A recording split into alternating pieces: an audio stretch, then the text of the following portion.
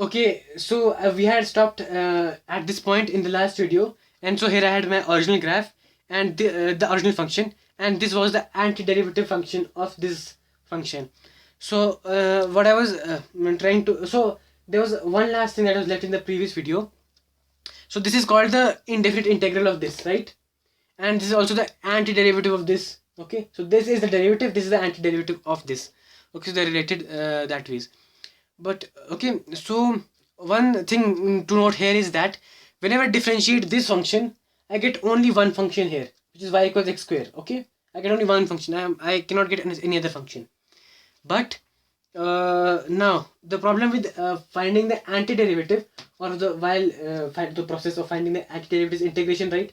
So the problem with integration is that the same, we don't always get a single function. Okay, so what I mean by that is, so let us take another function here. Let's say y equals x cube by 3. So what I mean is that this has only one derivative, which is this, but this can have more than one antiderivatives. So I'll just show you what that is. So let us take this function here. So if I differentiate this, what do I get? So first I differentiate this part.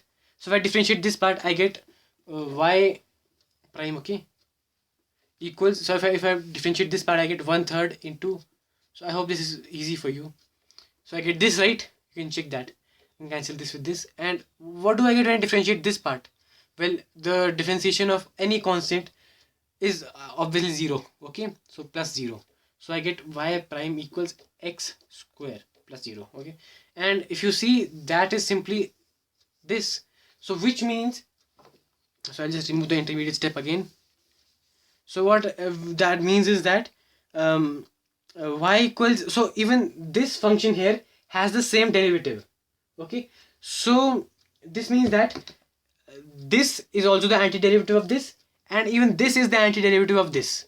So this thing has two antiderivatives, and if we see, we can actually write another antiderivative. Okay, y equals x cube by 3 plus 10. So I can, if you can try and differentiate this also, this, the differentiation of this will come out to be x square, and this again will be 0. So again we get this. So even this is, okay, so even this here is the antiderivative of this. So this thing has many antiderivatives, and in general I can just write y equals, so I can keep on changing this constant. Okay, so this constant can be any other number as long as it is constant. So I can just write a c there. So this is the general form of all these. Okay, so the antiderivative of this is this, not this. Okay, so it can have many antiderivatives. So we, in general, we just write y equals x cube by 3 plus c. So it could be any constant there. So this is called the constant of integration, and we need to put in this here because this can have many antiderivatives, and that is the mathematical aspect. How do we represent this graphically? Well, if I plot this curve here, okay, x cube by, okay, so on this is my y-axis, this is my x-axis. If I plot this, I get this sort of a curve. If I plot this, well, this 5 here just shifts the whole curve 5 units up. So I get the same curve 5 units shifted, okay, above. So this intersects the y-axis at 5. So this is the same curve. So if you see, this has the same slope at all the points, right? This is equal steep, right? Both of them are equally steep, and this will be this will intersect the graph at 10 at the y-axis at 10, and will look exactly the same, just shifted upwards.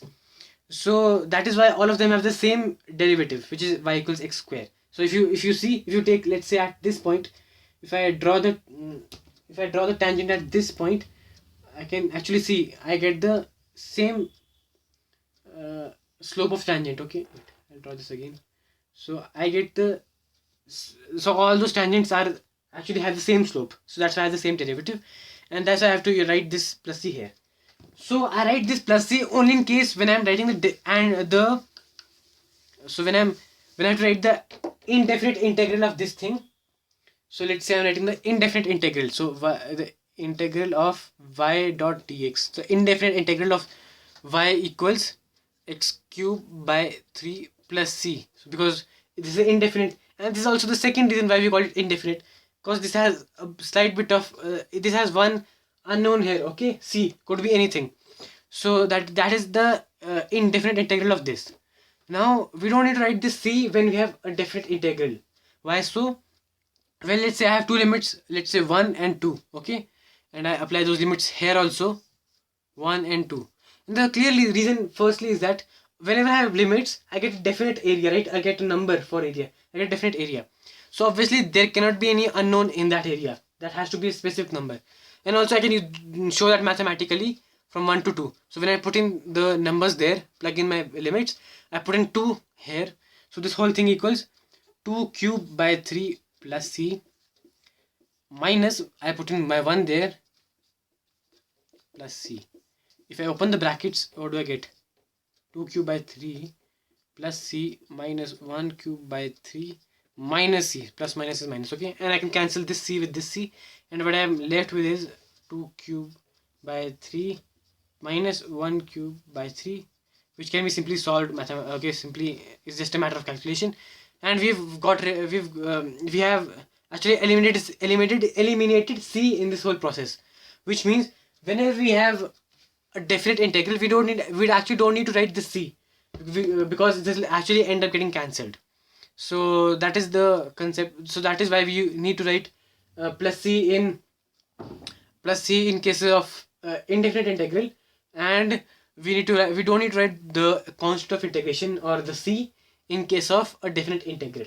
Okay, so I hope that is clear. And yeah, that's it for this video.